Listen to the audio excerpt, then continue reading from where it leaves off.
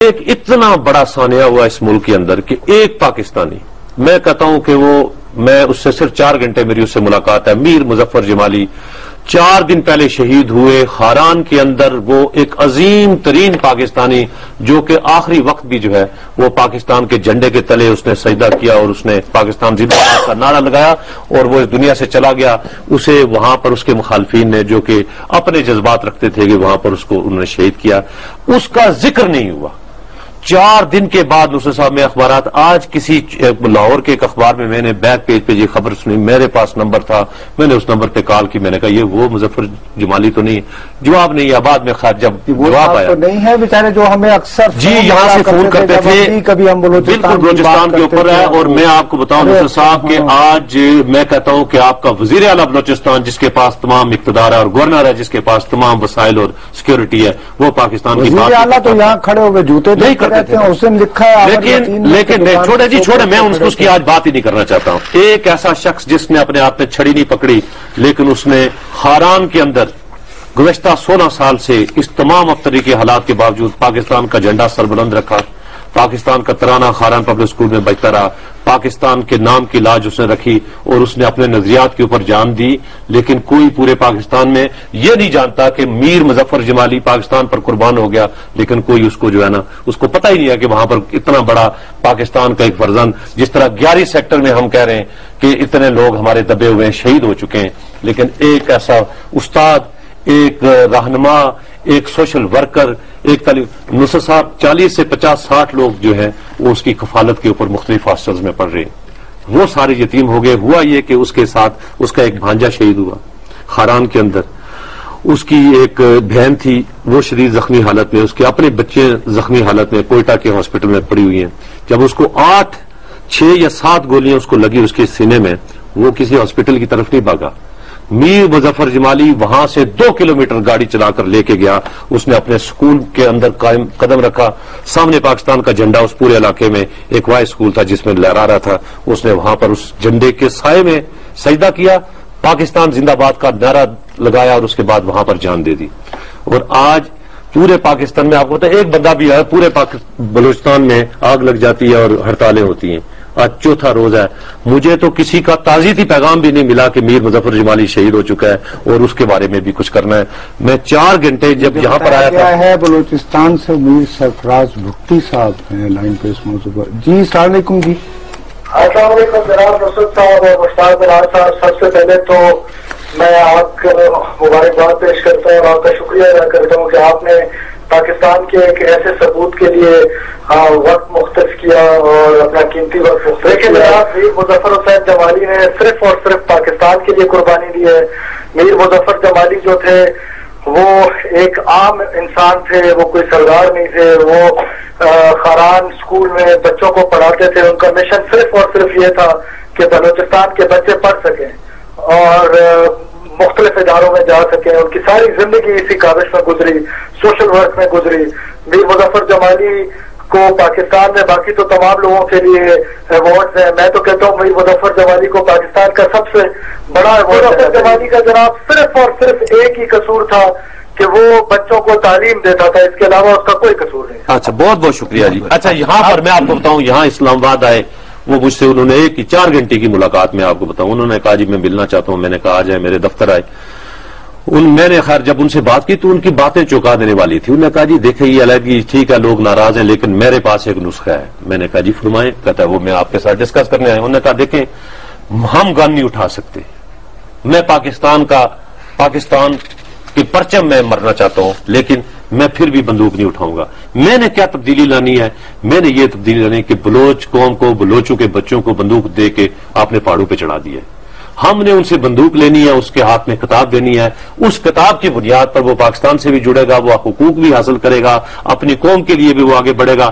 اور میں 16 سال سے خاران میں یہ ایک سکول چلا رہا ہوں. اس کے علاوہ ہر بچہ اس کے بعد یہاں سے وہ کیا گیا، اس نے کہا 4 گھنٹے کے بعد اچانک اس کو یاد ہے، اس نے کہا نہیں میں نے اسلامی یونیورسٹی میں کچھ بلوچ بچے ہیں جو کہ وہاں پر پڑھ کے نا اب اس کے سکول سے وہ یہاں پر آئے ہاسٹل میں جا رہے تھے، ان کی حوصلہ افزائی کے لیے پھر اس نے قائدہ یونیورسٹی میں بھی جانا تھا. مشتاق صاحب اتنا بڑا آدمی مرا.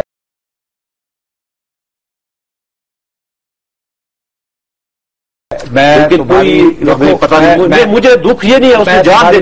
میں جس دن وہ 6 ماہ پہلے آیا تھا میں آج ٹی وی کے دفتر میں نے کہا کہ میں ایک شہید سے مل رہا ہوں. خدا کی قسم 1 سیکنڈ کے لیے میں نے نہیں سوچا کہ یہ زندہ بچے گا.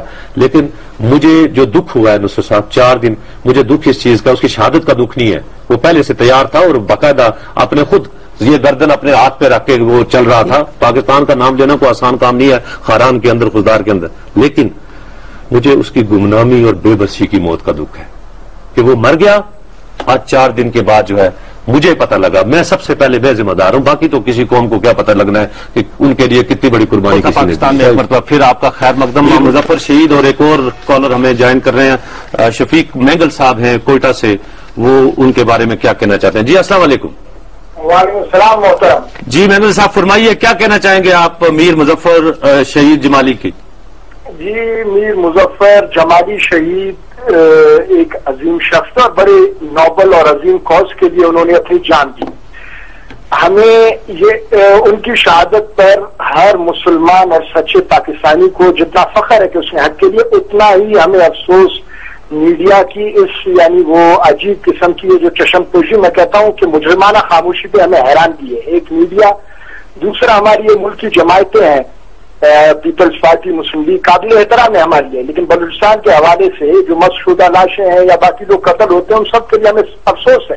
لیکن اس طرح کے استاد یعنی معمار قوم اور ایک یعنی سچے پاکستانی کے لیے یعنی کوئی اس طرح سے مجرمانہ طور پہ خاموش رہیں گے کہ خاران جیسے علاقے میں جہاں پاکستان کا جھنڈا، وہاں ہمارے فوج کے ایک ریٹائرڈ جنرل ہے مسلم لیگ نون سے ان کا تعلق ہے، وہ نہیں لگا سکے تھے، انہوں نے لگایا اور اس کے لیے اپنی جان دی.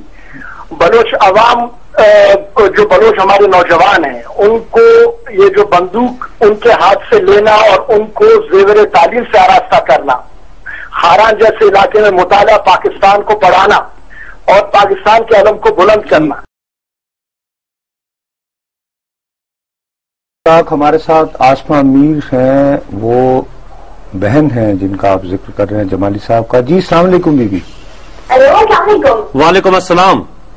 میں گجرات بلوچستان سے میر مظفر شہید جمالی کی سسٹر بات کر رہی ہوں. جی جی. تو مجھے اپنے بھائی کے حوالے سے آپ سے کچھ بات کرنی ہے کہ میرے بھائی کو آج 4 دن پہلے شہید کیا گیا، جن کا کوئی قصور نہیں تھا، کوئی گناہ نہیں تھا، بے مطلب میرے بھائی کو شہید کر دیا گیا.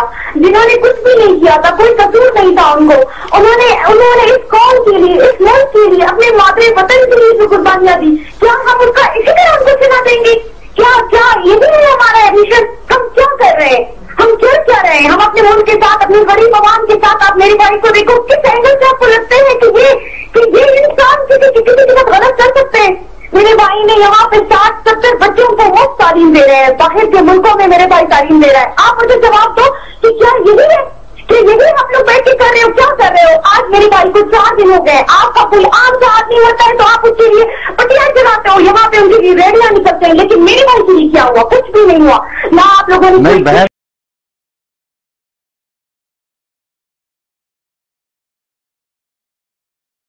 نے تھے جنہوں نے اپنی پوری زندگی جو ہے وہ تعلیم کے لیے وقف کی ہوئی کر دی. میرے بھائی نے تعلیم اور اپنی جیب سے. میں بہن